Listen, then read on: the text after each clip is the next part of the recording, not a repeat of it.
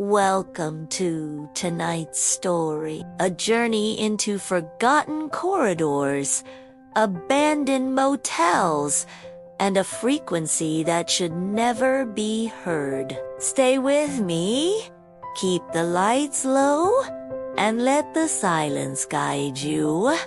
This is not just a story, it's an invitation to listen deeper than you ever have before. And if you enjoy stories like this, don't forget to like the video, share it with friends, and subscribe for more long mysteries. Chapter 1. The package with no return address. The package arrived on a Saturday that smelled like static. Leila Safar only noticed the scent after Sheedy set the cardboard on her kitchen table and slit the tape with a butter knife. The odor was faint but unmistakable. Warmed dust, oxidized copper, the dry rasp of insulation on old wires. It smelled like school science labs and cheap radios and the metallic mouth of winter. Something she hadn't thought about since she was 8, and pressed her ear against her grandfather's shortwave receiver to sailors call each other across an invisible world.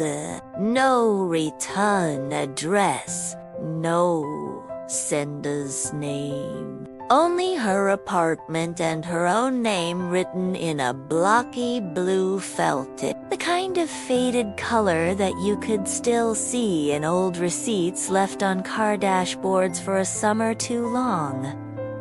She pulled back the cardboard flaps and paused. Inside was a shoebox lined with a thin, fragile towel that had been white once. Beneath the towel were 4 audio cassettes, a Ziploc bag with a handful of rusty screws and a little brass key, a typewritten note folded around a motel postcard and wrapped separately in wax paper, something rigid that looked like a thin brick. The brick turned out to be a compact cassette recorder, the kind with a 1-inch built-in speaker and a microphone jack. The whole thing a shade of gray only the 1980s would have dared to consider fashionable. Leila smiled despite herself. She ran a small audio channel online. Long-form, sound-focused stories that blended found recordings, rescored ambience, and a slow, hypnotic voiceover. It was the kind of work that required patience and a tolerance for silence. Most of her subscribers liked it for sleep.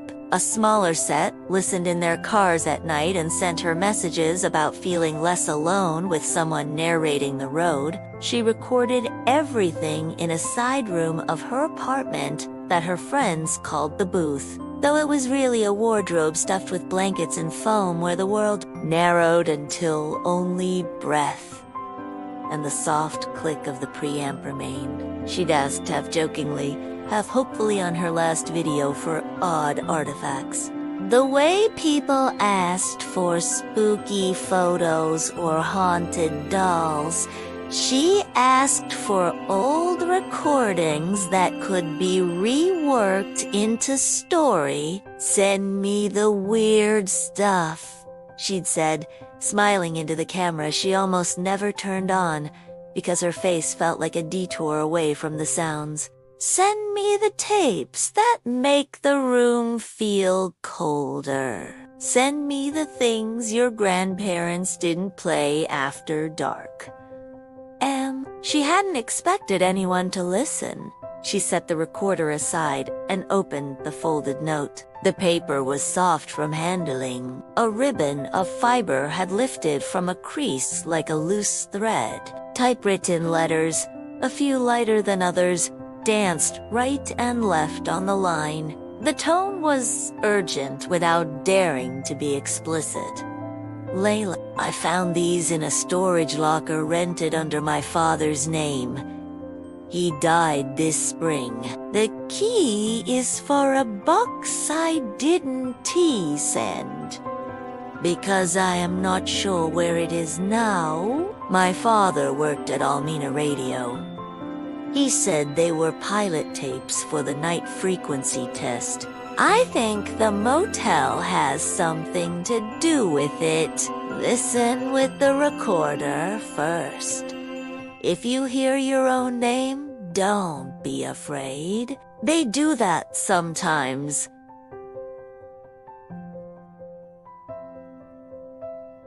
She placed the note on the table and looked at the postcard. A sunset bloomed over a vacant pool pocked with leaves. In the bottom right corner, Alcazar Motor, Lodge Salt Flats, exit 47. Someone had circled the number 47 with a pen that had bled through to the other side. Leila touched the edge of the postcard and felt a prickle along her forearms. A motel. A radio station. A test? Night frequency? She thought of her grandfather's shortwave set and the way static had a grain like sand you could sift with your ears. She thought of a thing she could not name. A taste in the air before rain. A flicker in windows of cars as they pass the one you're riding in. A sense that you are being listened to by a road. She laughed to break the tension. Okay, she said out loud, to the empty kitchen, to the fat plant drooping in the window like a green cat. Okay, listen with the recorder first. She lifted out the 4 cassettes. Each had a faded paper label with a typed title. 1. Prelim Hashifureku ETD 13分9秒に ANA せ HOLA 03 HUID 58 minutes and 40 seconds 3. Night log 6, the rest smeared. 4. Echo-backed feed. 44 minutes and 4 seconds on the back edge of the prelim tape. Someone had written, room 12, second key. She picked up the old recorder, surprised by its weight, and popped open the compartment. The rubber belt looked intact. The heads were dusty but not corroded. She had a drawer full of adapters and a ritual for resuscitating old machines clean the heads. Check the rollers, coax life with a 9 volts power supply if the batteries balked. But the note had said to listen with the recorder first, as if that mattered.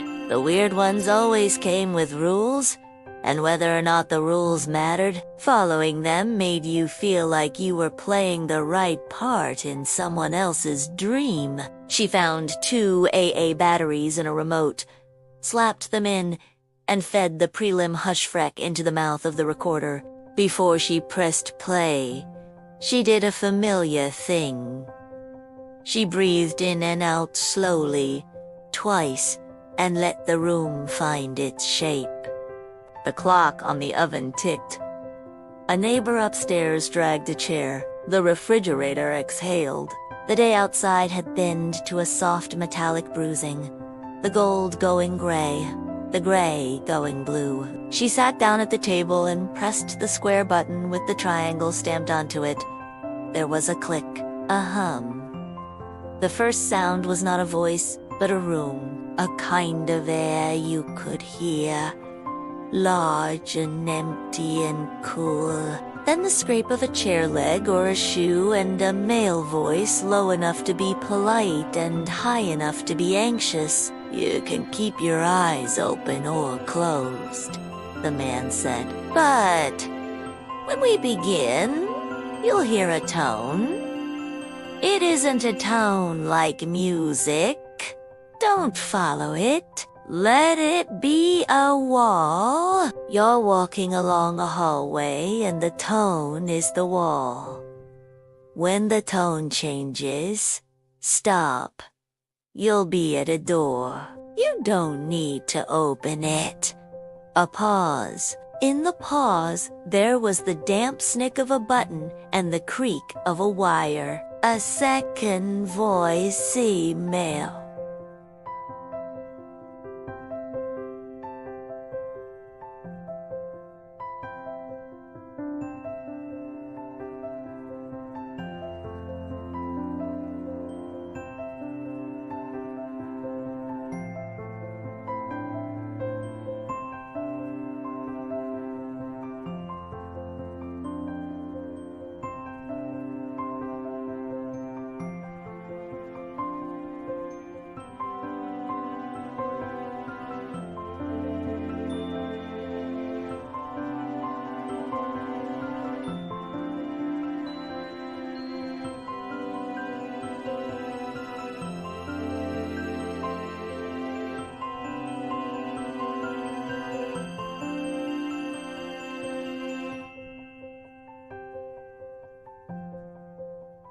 Calm, clinical, proud of not being afraid. Recording, she said. Channel A at -6. Channel B, floating. Good, the man said. And somewhere on the tape or in the kitchen, the refrigerator clicked and Leila's shoulders jerked. It wasn't the words. It was the way the room in the tape felt like her room. The same clock tick. The same scale of silence. She raised the little recorder, as if that would change its soundstage, and listened harder. A tone began. Not a tone like music, a slab of sound. Sub-bass, enormous. Like thunder stretched thin and pinned to a table. It didn't come from the little speaker. It arrived in the space around Leila, as if someone outside had released an impossible truck engine into the street. Her mug rattled gently on the tabletop. She touched it with her fingertips and felt the vibration pass through ceramic into bone. Don't follow it, the man said. Walk alongside it. Don't look into it. Leila realized she had closed her eyes. In the tape, the woman breathed. The breath was steady. Every 3 seconds, a soft intake as if sipping air through a straw. Somewhere in the bass tone, a higher shimmer appeared, like a stretched thread catching light. It hovered, moved, and then in her apartment outside, the tape her bedroom door eased against its frame with a dry wooden knock. Leila opened her eyes. Okay, she whispered. Her heart was doing too much. She told herself it was the old recorder's motor causing a trick of harmonics. She told herself it was the same way fans could sing when the window was open just right. She told herself she was listening for sounds, like someone scanning a radio band, not listening to someone talk to her. On the tape, the man spoke again, softer. You're walking, he said, and the wall is warm, so you know you're not lost in snow. When the tone becomes many tones, you're near the door. If the door has a number, you can say the number but not see the number. This is important. A third voice, almost not a voice at all more. Like a mouth near a microphone without a sound said something like 12. Leila leaned closer. She replayed those 2 seconds, thumb dancing back the tape, a kiss of time. The third voice was there. It had the same grain as wind through a keyhole. It had no age. Its word was shaped, not spoken. 12, she whispered, and instantly felt foolish for saying it. The bass wall faltered, then quivered into a cluster of steps like an organ tuning, or teeth chattering under a wool blanket. The woman inhaled. The man chuckled. The careful chuckle of a conductor pleased with a rehearsal. That's close enough, he said. Door is closed. The door is closed. Don't open it. Silence. Except it wasn't silence. Because silence never was, the tape rolled a quiet hiss. The recorder's motor sighed. Outside, a car rolled past. Across the table, the motel postcard looked like it had leaned a fraction closer. The woman said, "There's a tapping," and on the tape, something tapped twice. It was the exact rhythm of her bedroom door a minute ago. Leila stopped the tape. She sat with the little machine in her hands, staring at its plastic face, as if it had blinked. The part of her that made stories wanted to press play again and get swallowed, and then build a script out of being swallowed.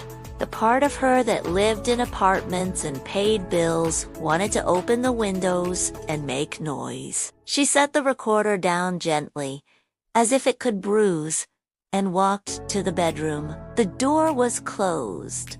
She was sure she hadn't closed it. The apartment had the cautious geometry of a place you live alone.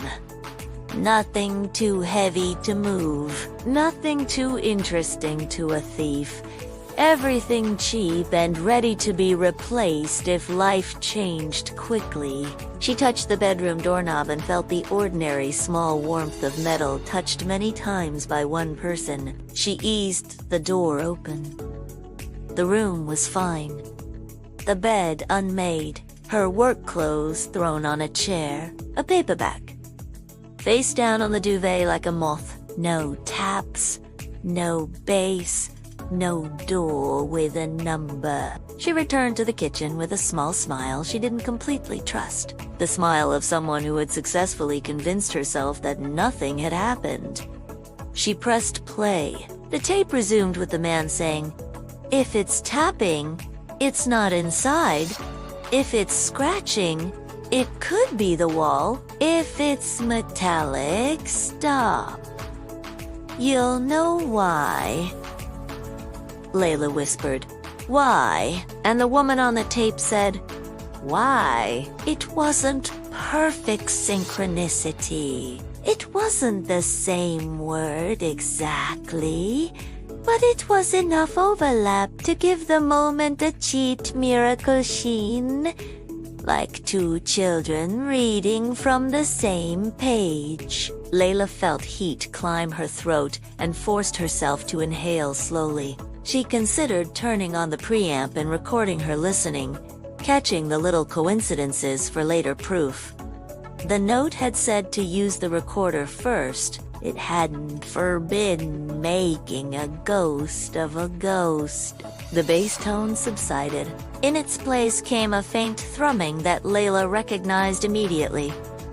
Fluorescent tubes, the kind they used in basements and hospitals and old classrooms. She could drop a needle into that sound and find its exact hertz. Within it, faint as pencil, were voices multiple, far away compiled like a choir trying not to be heard. "Don't follow them," the man said. But he sounded further too, as if he was saying it from the other end of a long table. "They're coming from the glass. You don't have glass. You only have the hallway and the door. A scraping. Paper on cardboard." The woman had taken notes. Leila imagined her a student intern. Perhaps. Short hair, sharp mouth, brave for the men in lab coats, braver still for herself. She wanted to meet her. She wanted to say, "You did something with sound and the world bent a little to watch." Something clinked in the Ziploc bag. Leila wasn't touching it. She looked at it anyway. The little brass key shivered against the screws as if remembering where it belonged. "Tell me where you are," the man said. The woman's voice was crisp. "Corridor," she said. "Long green walls. Green not paint green like a film over it. Floor looks polished. Ceiling has panels, but some are missing. It's cold." "What number?" the man asked. Is the door? Another pause. The almost voice again, closer this time, as if leaning into a microphone from the wrong side of time. 12, it said. The woman, a beat later, said. 12. Don't open it, the man said, too quickly. The thrumming deepened. The fluorescent tone thickened into a swarm, and within it Leila heard, absurdly, her own name. She heard it the way you would hear your name in a crowded station when you are hiding. That weird, unmistakable angle of sound when the syllables shape your bones. Leila reached out automatically and turned down the recorder's volume, then laughed at herself because you couldn't turn down your name. She stood. The apartment felt thin. The windows were only there to convince you that outside existed. The note lay on the table like an invitation that had gotten past her skepticism. She pressed stop and then rewind and then stop again. Because the motor in these old machines didn't like to be run hard, she ejected the tape and slid in the one labeled Encore Menos 03. Menos Guide. She pressed play. This one began with music. A cheap organ. A man sang in a soft voice, "You're safe. You're held. Your breath is a tide." Leila almost turned it off out of contempt. She'd heard too many cheap sleep tapes pretending to be medicine, but beneath the organ there was a low trickle of noise that was not failure and not tape hiss. It was the sound of a long, narrow room waiting for a ritual. Anchor at 3, a different voice said, somewhere off the microphone. 3, a chorus replied. Leila frowned. The organ stopped. The hum rose, like someone had opened a door into a space with larger lungs. "Guide is at the corridor," the man's voice intoned. "The door is before her. The glass is behind." 3. The chorus echoed, mildly bored, like technicians confirming a switch. The woman's voice came in close, and Leila realized with a small shock that she was not the same woman from the previous tape. This one was older by a decade. Her S's were gentler. She smiled a little when she said door, and Leila could hear the smile pull that vowel thin. "You Dante, think you can hear a smile until someone smiles and the sound takes shape inside your mouth. I won't open it," the woman said. "Good," the man replied. "Tell us what you hear when you touch it." A hand on wood. Leila could hear it, not slapping or knocking, just a palm pressed to a hollow panel. The skin stuck for a heartbeat on old varnish and lifted, then a softness like wool rubbing wool. "It's warm," the woman said. "Something warm on the other side." Describe the warmth. Like breath, not like air from a vent. Like someone's mouth.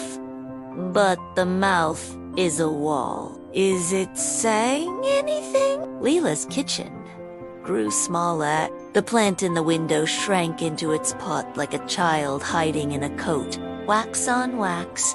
The recorded air thickened as if all the people in the tape had drawn nearer to the door they dared not open. "Yes," the woman said. "What is it saying?" "It's saying. It's humming. No, it's getting the room ready. It's listening to see what it needs to become." Leila whispered. "What does that mean?" The woman laughed a little. "I don't know," she said, honest. "It is like when you stand in a doorway and you know you're going to say hello or scream and the door is deciding which one of you it wants," the man said. Carefully, step back. There was a tiny delay, And Leila knows the sound of obedience and disobedience both. This was disobedience wrapped in obedience's coat. The woman stepped back, but not far. "Good," the man lied. "We'll bring you home now." Someone adjusted a dial. The organ whispered a chord that meant the end in every hospital room in the 1970s. The hum folded itself up neatly.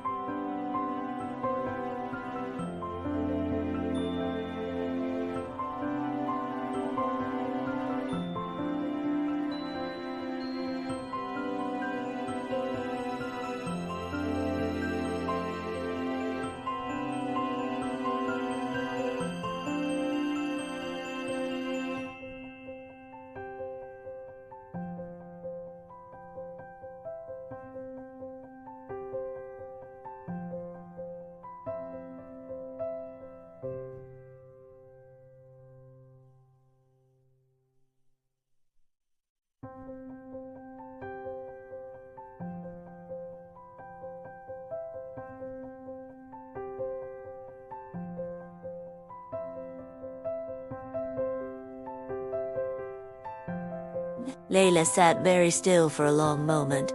Her phone vibrated and she jumped. A message from Maizen, her friend who delivered gear around the city for a living and collected rumors like a cat collected sun patch. "You still want old tape decks?" "Found a Revox. Heaviest sign." She smiled and typed, "Always." Later tonight, then she deleted the message, typed "tomorrow's better," and sent it. She didn't want anyone here tonight who might say the smart thing out loud. She slid in the third tape, Night Log 6. And this one was different from the first second. Different in the way a late shift is different from a morning one.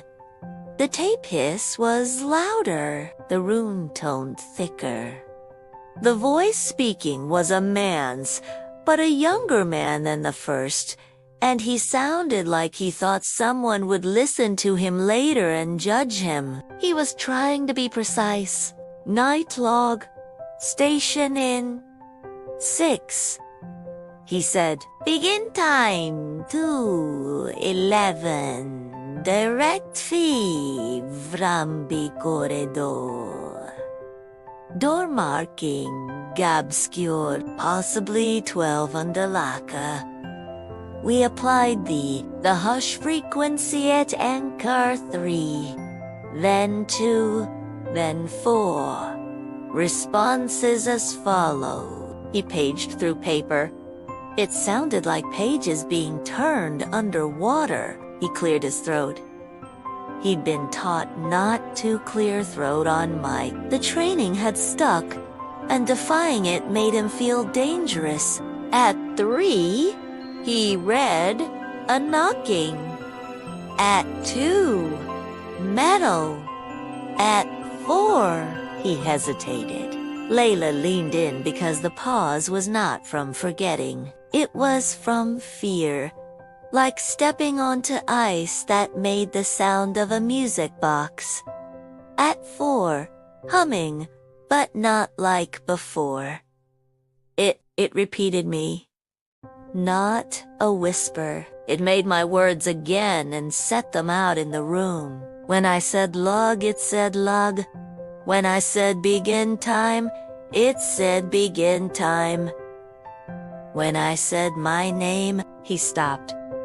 Breathing filled the tape. Many lungs now. A scrape.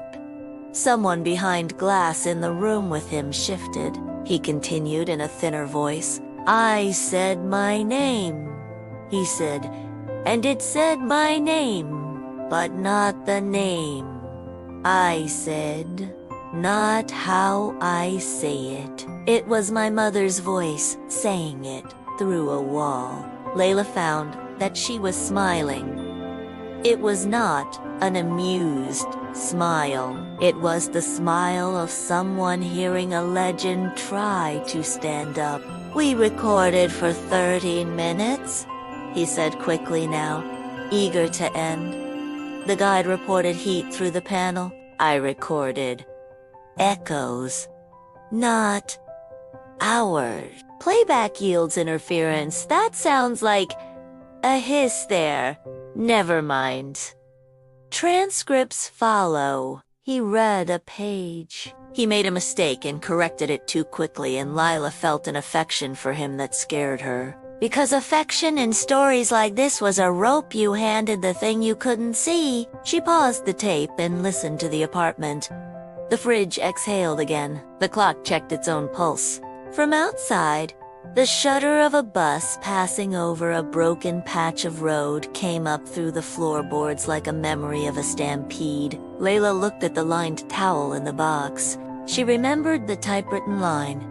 If you hear your own name, don't be afraid. They do that sometimes. She pressed play, and at 2:19, the young man, he called himself Kareem, on the page continued. The backfeed started. The tape changed shape. That's the only way she could describe it. Some recordings kept their architecture no matter what you did. A room is a room. A voice is a voice. Tape hiss is tape hiss. You can measure it and place it on a graph. This one unmoored. It lengthened. It sank. The walls of the station, she could see them now. Tiled and grim, moved away and then leaned in as if breathing. Backfeed, in normal engineering, meant a signal fed back into an input. A loop, a howl. This was not a howl, though. It was a return. A quiet tide coming back exactly the way it left the shore, but with the shore's footprints in it. She heard her own apartment. A chair creak. The shape of her kitchen, the softness of the towel. She heard the recorder's own motor on the recording of itself, impossibly. Like a mirror catching a reflection of a mirror down a hallway. Then a voice said, clear and easy and pleased with itself. Leila.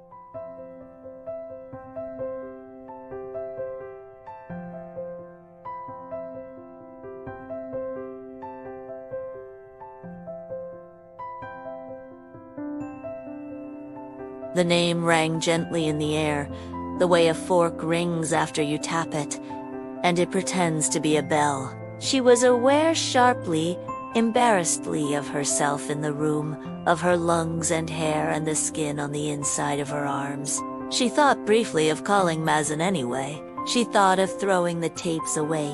She pictured picking up the shoebox, walking to the alley, setting the box in the metal waste bin the building used for paper and cardboard, and dropping a match.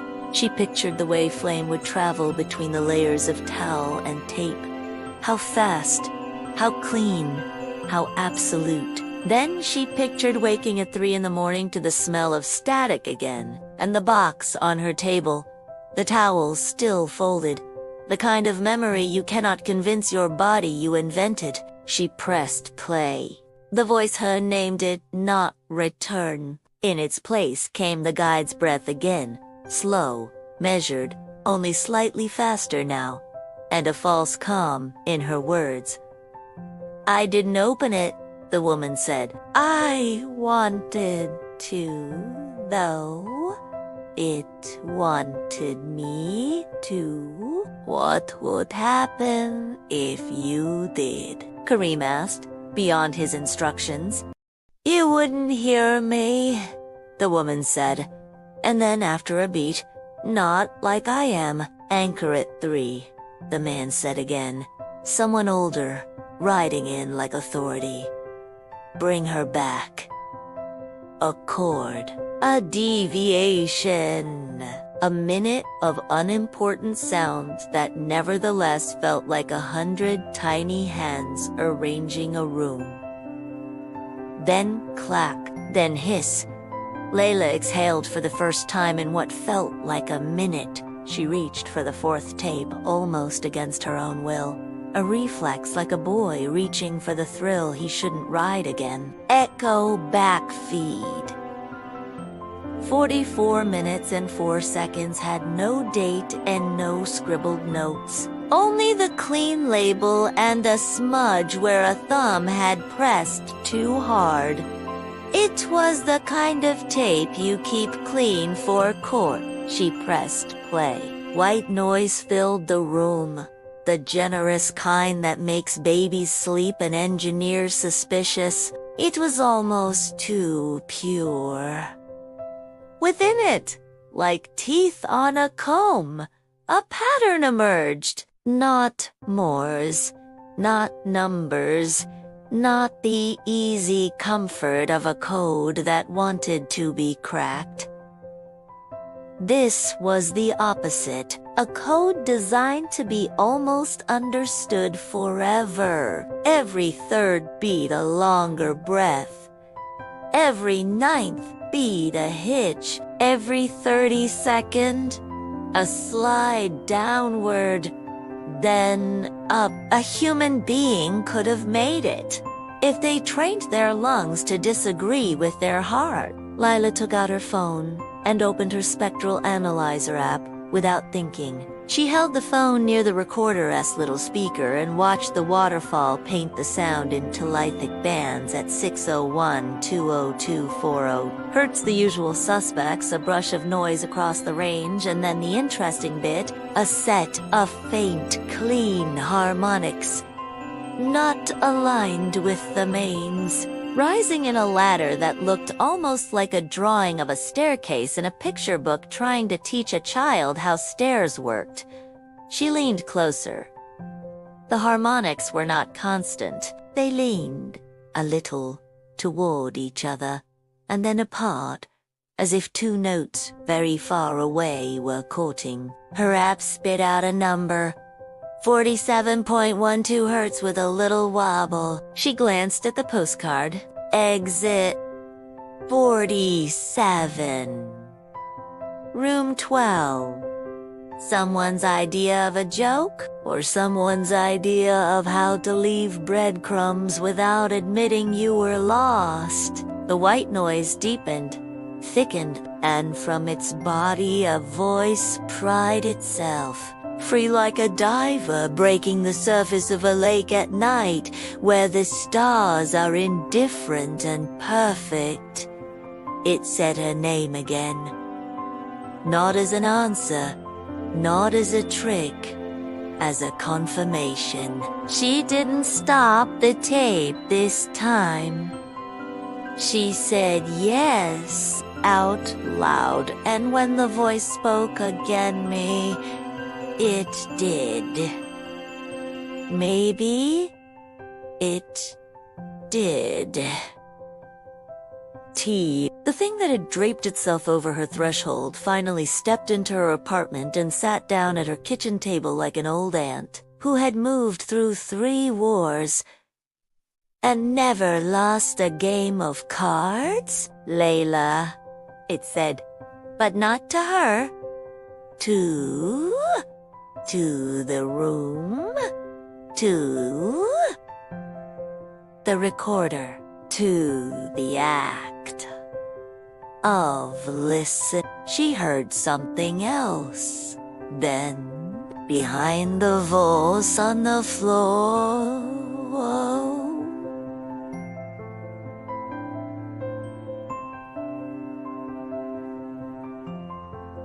a faint shape of sound,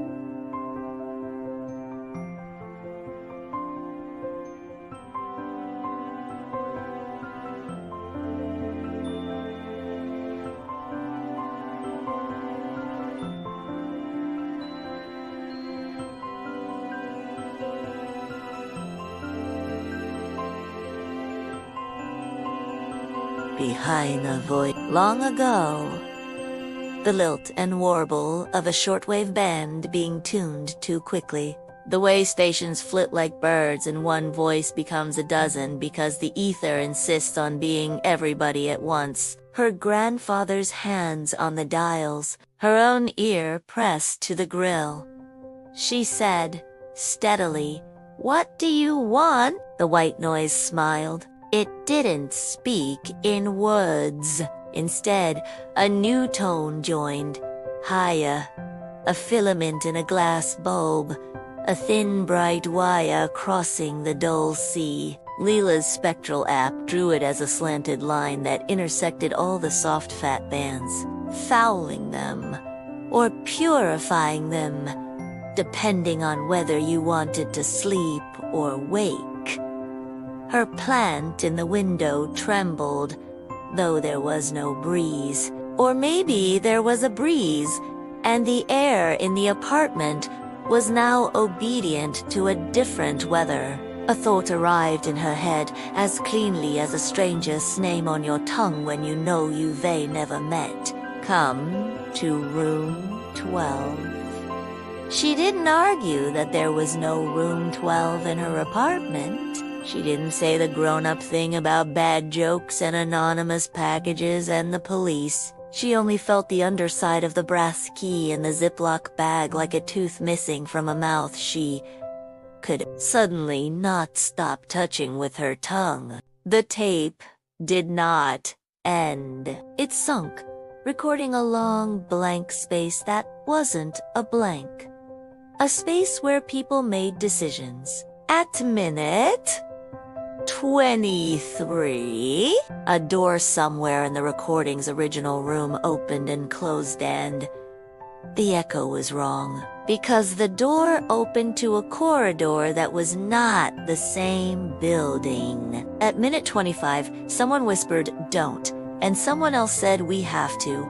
At minute 31, a clock on a different wall ticked twice and then, knowing it had been heard, stopped out of embarrassment. At minute 39, very gently, as you might speak to a child being brave, the voice said, "Not Leila now, but bring the key." She stopped the tape. She stood.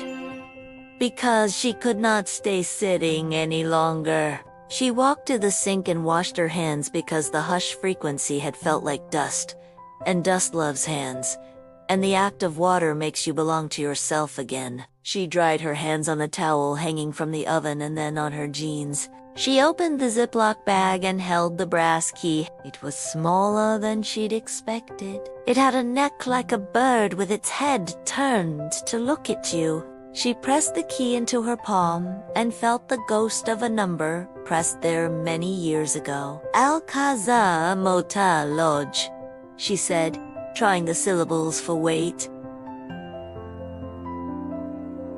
Exit 40. Her apartment had never been loud, but now it seemed to be working very hard at being quiet in a way that made her love it. It was a little animal pretending to be a rock. She placed the recorder and the tapes back into the shoebox, set the note on top, slipped the key into the small pocket of her coat like a coin, and turned off the lights in the kitchen. In the doorway to the hall, she paused, listened, and looked back. The postcard glowed faintly in the city's dusk as if someone had hidden a television inside the pool and tuned it to a channel that only showed the weather from a year when the future was very simple and very wrong. Leila smiled her small, untrusted smile again. She said, "Okay, to the apartment, to the plant, to the invisible enormous thing that had come to sit down and play." And then she left for the motel. Chapter 2. Room 12.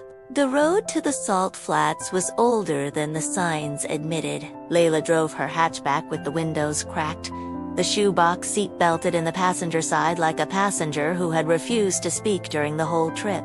The brass key was in her coat pocket, a small, untrustworthy weight that shifted whenever she changed lanes. The sky above the highway was enormous, flat and bruised at the edges, the color of aluminum foil stretched thin. She hadn't told anyone where she was going.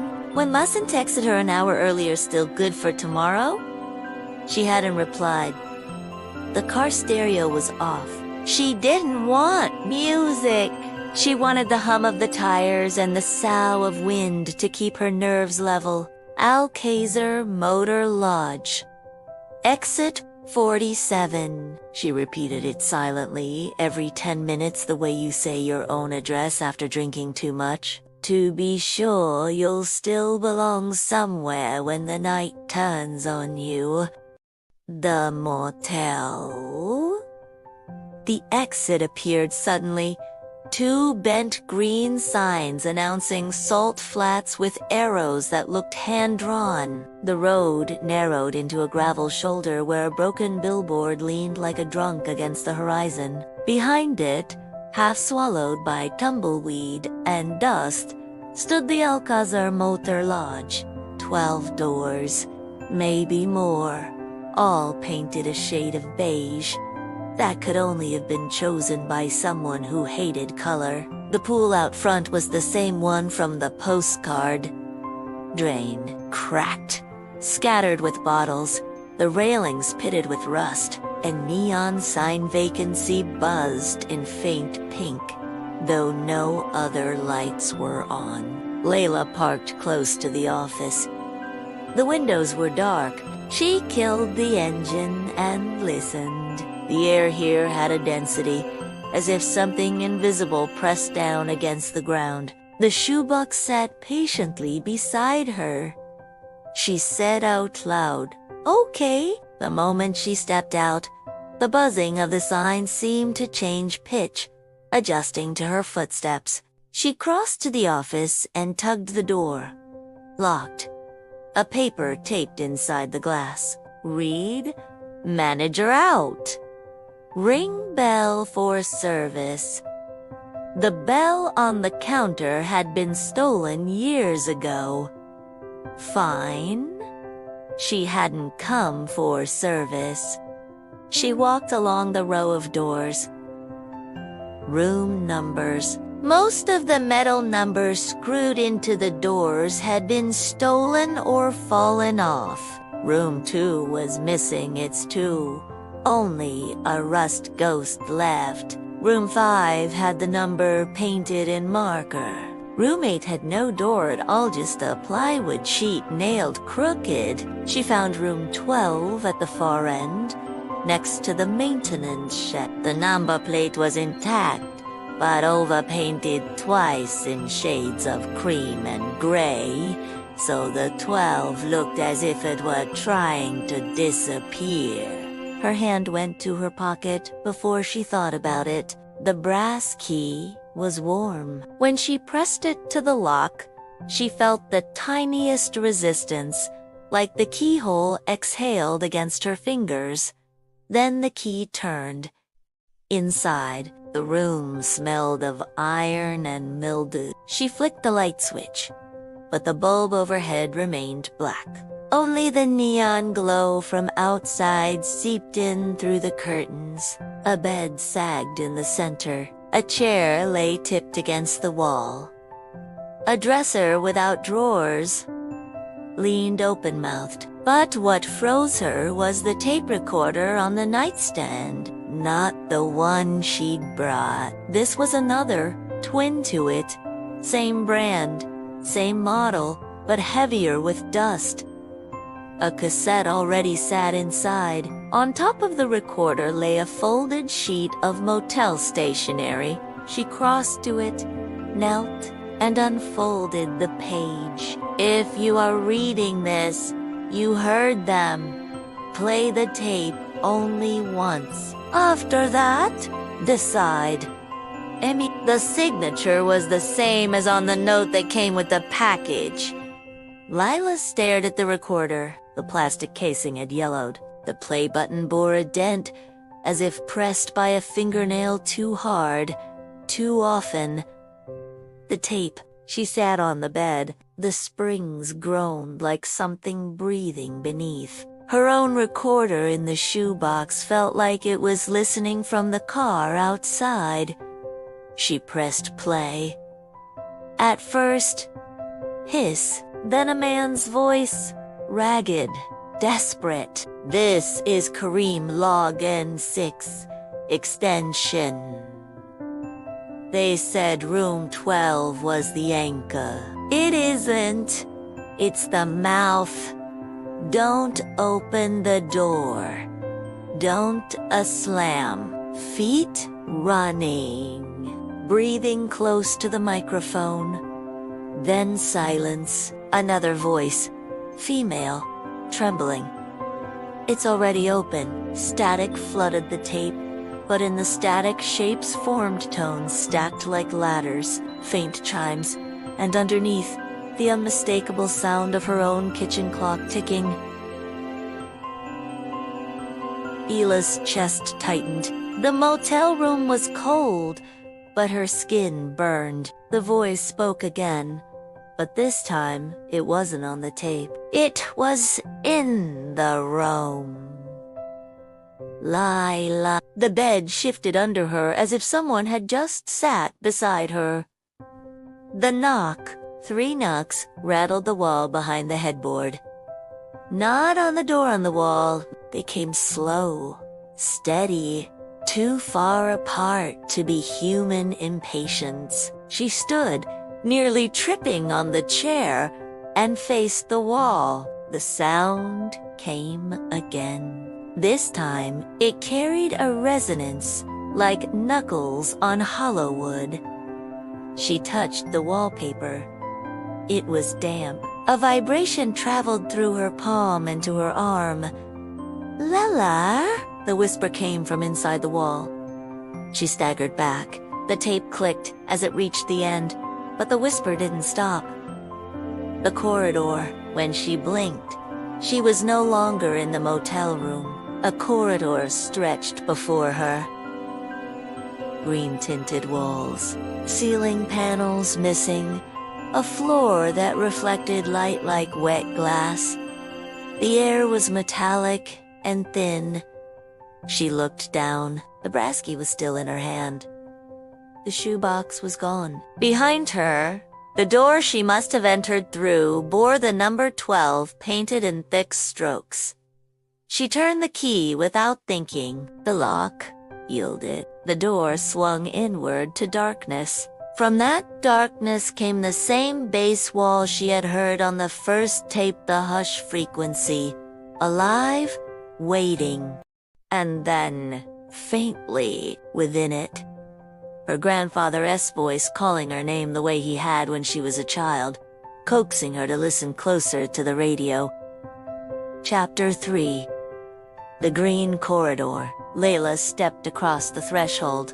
The hush frequency thickened around her like fog made of sound. It wasn't just in her ears anymore. It pressed on her ribs, her teeth, the soft spaces in her skull. Every step forward made the floor resonate like glass struck by a tuning fork.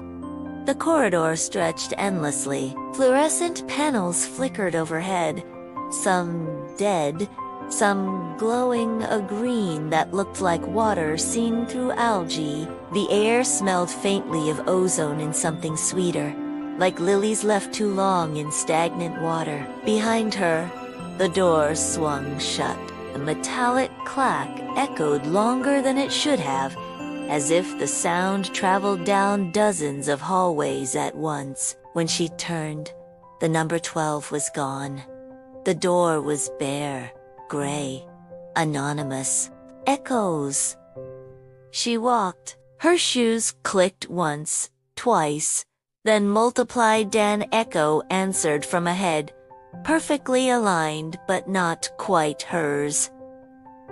"Hello," she called. "Hello," the echo replied, but the pitch was lower. "Male?" She froze. The hush frequency fluttered, shifting like a curtain in a windless room. Then silence, waiting for her to move. She remembered the instructions on the tape. If it's tapping, it's not inside. If it's scratching, it could be the wall. If it's metallic, stop. So she kept walking, pretending not to hear the second set of footsteps. The window on the left, one of the missing ceiling panels, leaked a dim light. Below it, set into the wall, was a square of glass. A window, maybe? She leaned close. On the other side was her kitchen. Same clock, same plant in the window. But the room was empty. No recorder, no shoebox, nothing. The air shimmered as though under heat. Her reflection didn't appear in the glass. Instead, the young man from the log tape grim stood there, staring out. His lips moved, but the hush frequency smothered his words. Then, like subtitles burned into her brain, she understood anyway. Don't open another door. The window blinked to black. The guy further down, she heard breathing, slow, careful, rehearsed. She turned a corner and found a woman standing against the corridor wall, one hand pressed flat to a green door. The woman looked 30, maybe older, pale face, dark hair tied back, eyes wide with concentration. Leila recognized her instantly, the guide from the tapes. The guide didn't look at her. She whispered toward the door. It's warm. It's still listening, Leila whispered. Who's listening? The guide's head turned slightly, like she'd half heard. Don't follow the tones, she murmured. They make walls, not paths. Her hand stayed on the door.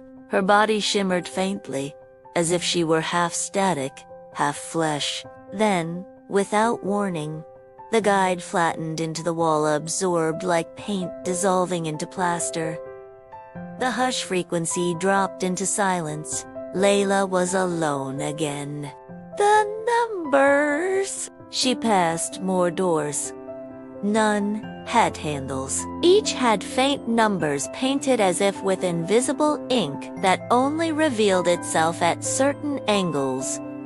3, 8, 11. When she reached the end of the corridor, she found a stairwell leading down. Painted on the landing wall in thick black was a phrase, "Backfeed equals return." Below it, an arrow pointing into the dark. Her brass key vibrated in her pocket. The basement. She descended. The stairs hummed beneath her weight, as though amplifying the hush frequency. At the bottom, a wide chamber opened. Rows of old radio consoles stood like coffins upright, dials glowing faintly. Tape reels turned on their own, feeding nothing into nothing. In the center stood a metal chair bolted to the floor, headphones dangling. Leila's heart hammered. This was a test chamber. She had seen sketches of such rooms in old engineering manuals, anechoic designs, where silence could be shaped like clay. She stepped closer. The chair faced a wall of glass. Behind it, darkness too thick to be ordinary. The headphones crackled. A man's voice whispered through. Sit. Anchor 3. Door 12. Bring the key. It was her grandfather's voice again. Decision. Her hand shook around the brass key. Every instinct screamed to run back up the stairs, pound on the bare door until it let her out. But she remembered the letter. If you hear your own name, don't be afraid. They do that sometimes," she said. The headphones settled cold against her ears. The glass wall brightened, shapes forming corridors upon corridors, doors numbered in sequence, people standing in them like actors waiting for a cue. She recognized the guide. She recognized Kareem, and beyond them, silhouettes that might have been dozens of others, blurred, waiting. The hush frequency surged, surrounding her body like a second skeleton. The voice whispered one last time. "Turn the key." Leila raised it toward the console lock below the glass. She hesitated, breath caught, pulse too fast. If she turned it, something would open. Not just a door, something larger, older. Her thumb pressed the brass. The lock clicked. The glass wall began to move. Chapter 4. The door that should not open. The lock turned with a metallic sigh, and the glass wall split down the center. Leila gripped the chair's arms as the two panes slid apart without sound. Beyond the wall, darkness billowed forward, not the absence of light, but the presence of something thick, textured, alive. The hush frequency deepened into a roar pitched too low for her ears, but her bones felt it, her ribs buzzed, her teeth sang, her eyes watered. Shapes stirred inside the dark, corridors bending like ribs of a skeleton.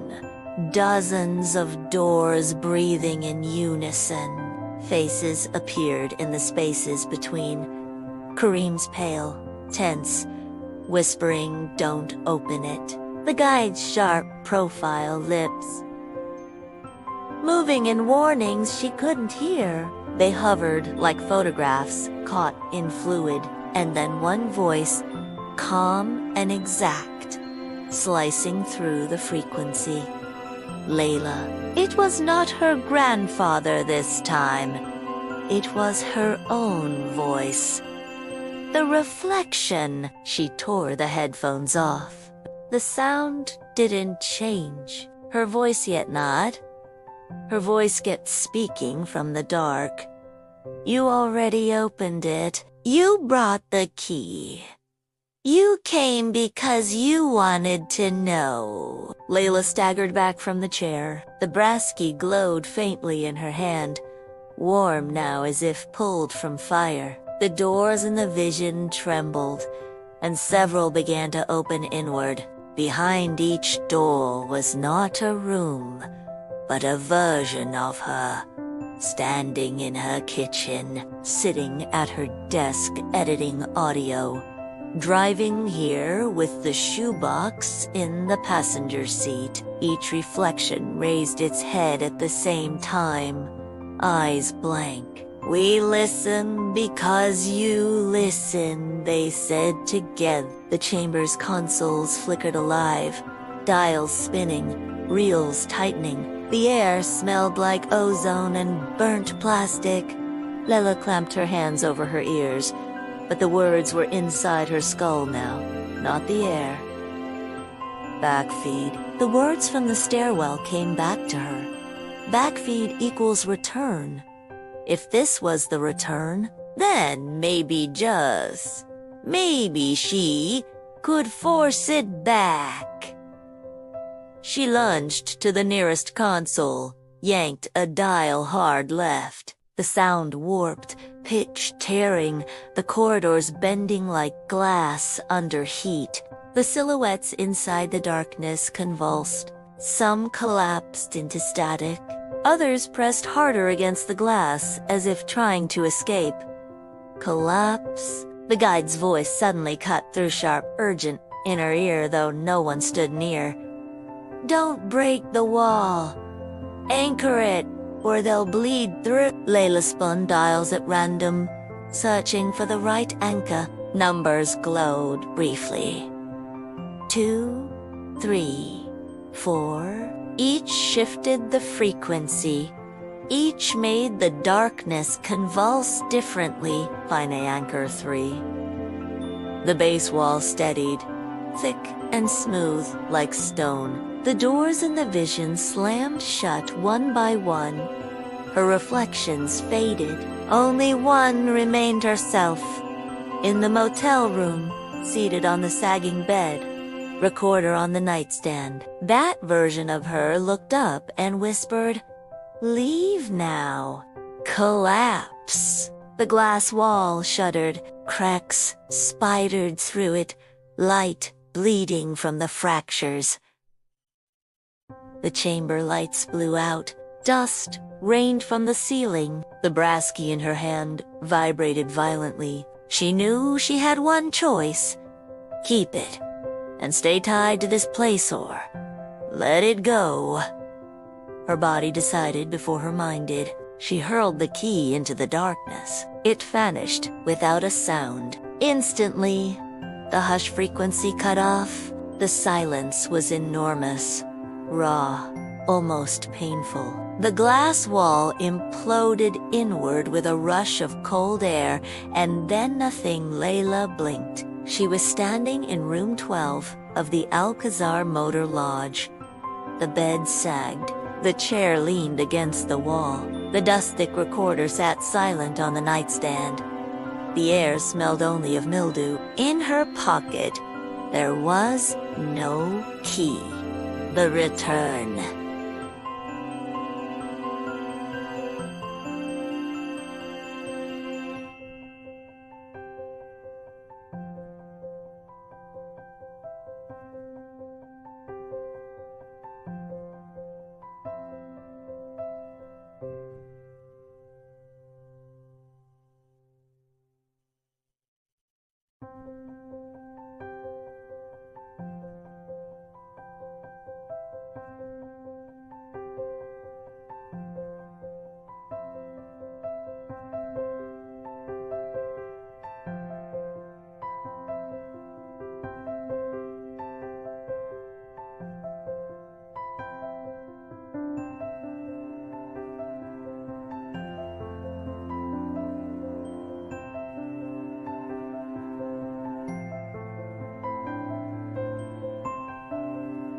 The neon signs sputtered and died as she passed. Her car waited exactly where she'd left it.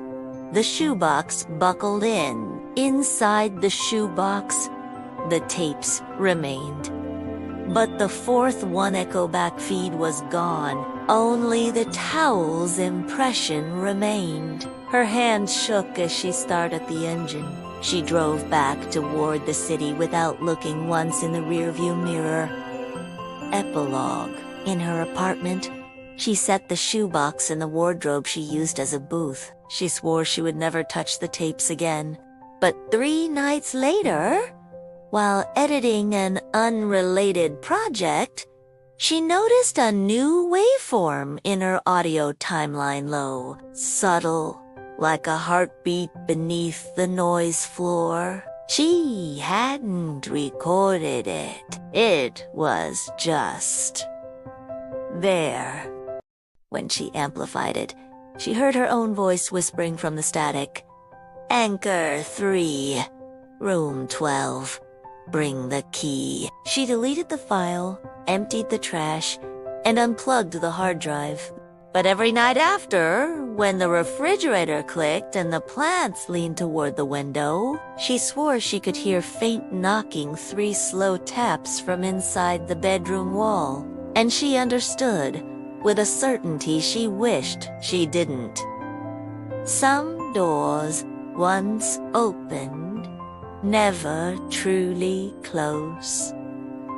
The end. Thank you for listening until the end. Some doors close, and some remain open.